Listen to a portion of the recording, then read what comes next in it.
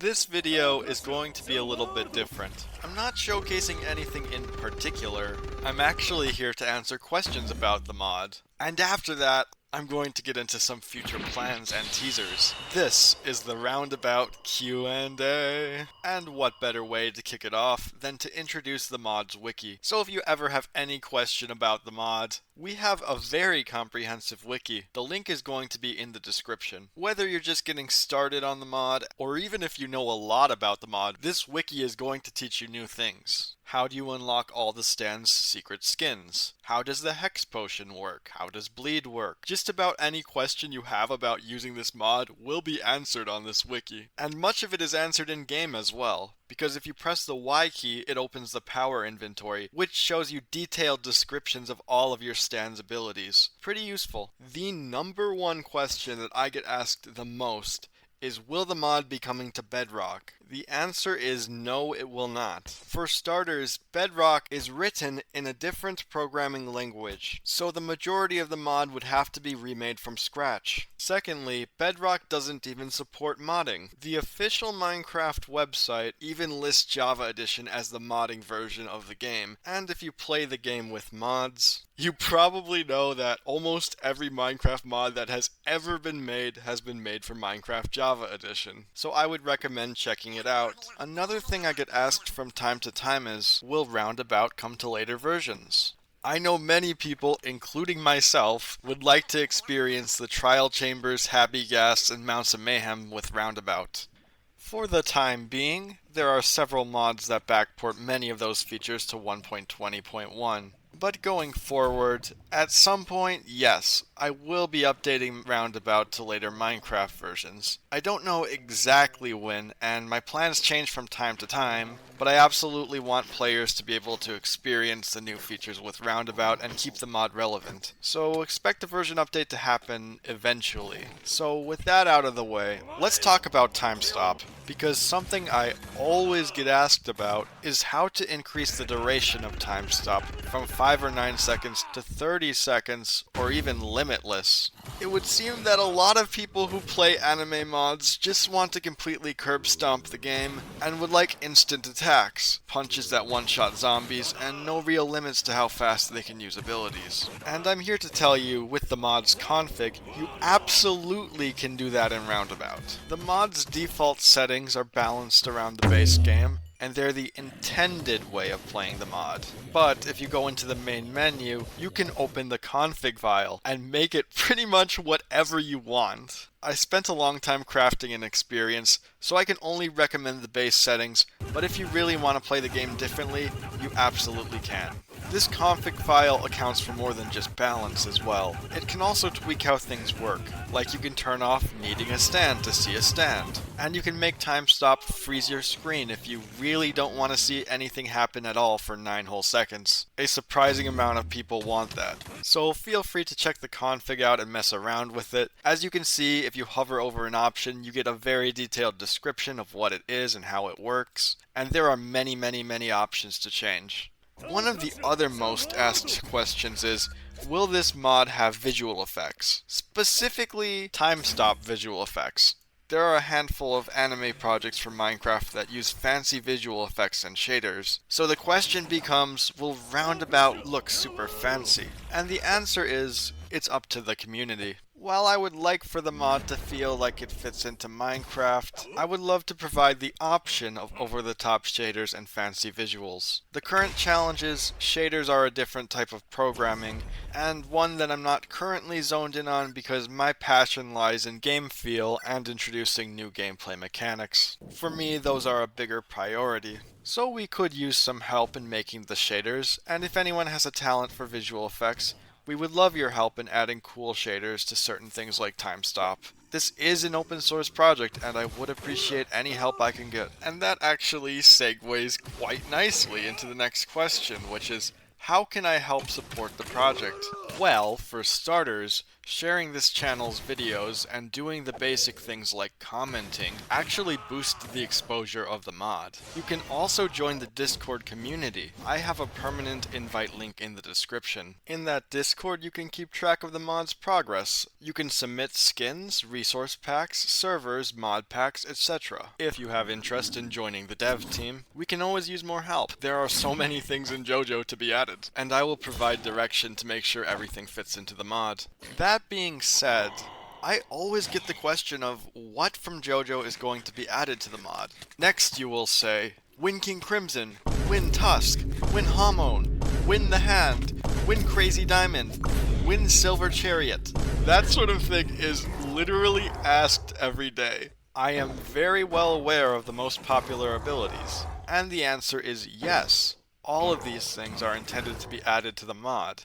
Eventually. After all, this is Roundabout, the JoJo mod. But I want to put 100% into everything I do, so understand stuff won't get rushed, and I also like making stands that are less traditional. To me, JoJo is about the human spirit, and the creativity that the characters have with their abilities which evolves out of their resolve. And in a sandbox game like Minecraft, some of the less traditional abilities bring a lot more to the table, so there's a lot to look forward to in the future of Roundabout, and if you want to learn how to code, you can always help contribute to the project, so we can potentially get there sooner. In the meantime, the community has submitted tons of cool models for stands that we can use whenever a dev decides to take one up. Next up is, will there be an official Minecraft server? My other JoJo project, JoJo Vane, had one. I'm not so certain if Roundabout will have an official one yet. But for now, servers are up to you all, the community, because making Roundabout is very important to me and I want to focus on that. The Discord does have a communal PvP server, as well as occasional other servers that pop up. Our users are very excited to play together via Essential Worlds as well. The final question that I want to answer before getting into the plans section of this video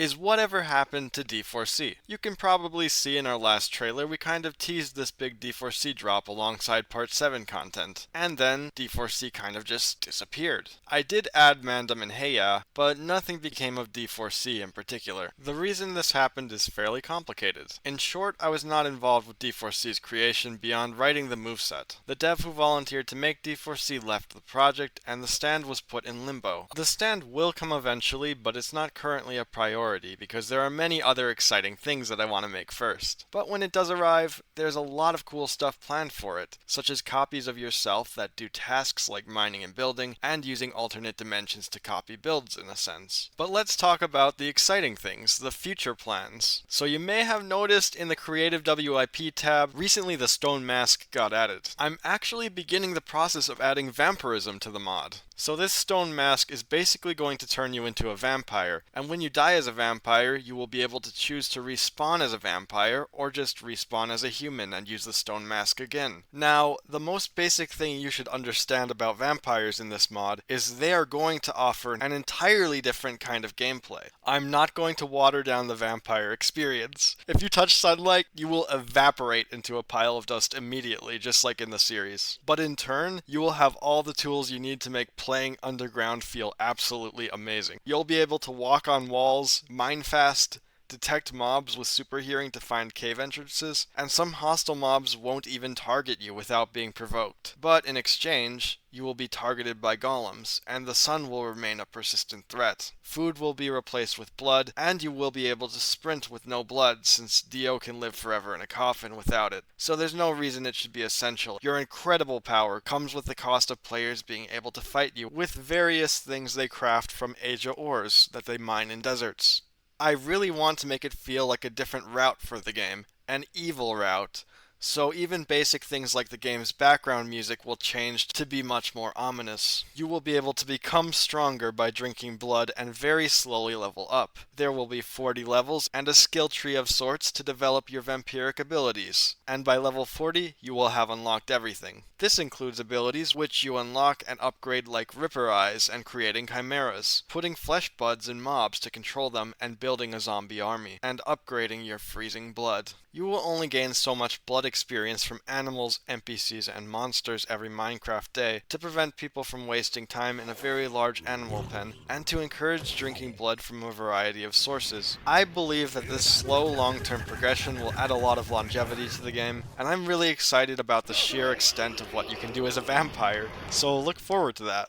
Now let's talk a little bit about stand plans so I can give you insights as to how things will work in the mod and how I even go about the process of designing them. When I'm designing a stand's moveset, there are a lot of things I have to think about. 1. I must cover all of the stand's abilities, even minor ones. 2. The stands must feel fun to use. 3. The stands should interact directly with Minecraft as a game. 4. They must feel fair to use in Minecraft survival mode. And 5. They must feel fair to fight in PvP, and not toxic in multiplayer worlds. So, for example, a really popular stand I get asked to make a lot is Cream. But the problem is, Cream isn't really a good fit for Minecraft on the surface. For one, it would be terrible on servers because if it was made accurately at all, it would just grief everything and delete items. It would one-shot enemies, which is not very fun or fair in fights. But that's theoretical. And after some brainstorming, I was able to create a moveset that addresses all of the obvious problems and make it fit into the game well. And above all else, we came up with the idea of a void room,